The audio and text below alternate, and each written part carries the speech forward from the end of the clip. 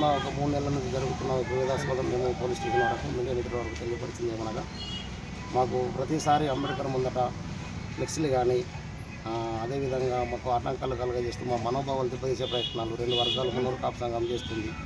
దాని ఆధారంలో వీడీసీ ఆధారంలో కూడా 2 సార్లు చెప్పడం జరిగింది.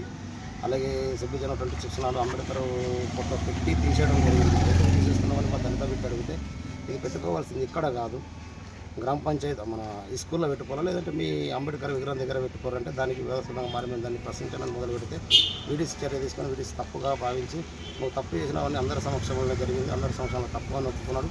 మేము వీడీసీ ఆధ్వర్యంలో జరిగినప్పుడు వీడీసీ మాటని మేము దాన్ని వదిలేస్తే మళ్ళీ మూడోసారి జరిగింది. ఇది మూడోసారి. ఇంతకుముందు 2 సార్లు జరుగుతూ కూడా అదే తరగతి తీర్మానం జరిగింది. వాళ్ళకి అప్పు చెప్పేసినాం. వాళ్ళు చెప్పిన తీర్మానం ప్రకారంగా మేము అందరం కట్టుబడి ఉన్నాం. మరొకసారి ఛత్రపతి శివాజీ జయంతి రోజు అది కూడా ఫ్లెక్సీ పెట్టుకున్నారు, గ్రామ పర్మిషన్ తీసుకున్నామంటారు. దాన్ని కూడా మేము అప్లికేషన్ ఇవ్వలేము. కాకపోతే ప్రతిసారి ఎందుకు పెడుతున్నారు అనేది ప్రశ్న. మా మాలమాదిగల భావాలను దెబ్బతీస్తున్నారా, అంబేద్కర్ అంటే నచ్చలేదా, లేకపోతే మేమంటే నచ్చలేదా, దాన్ని మేము ప్రశ్నించడం మొదలుపెట్టించండి.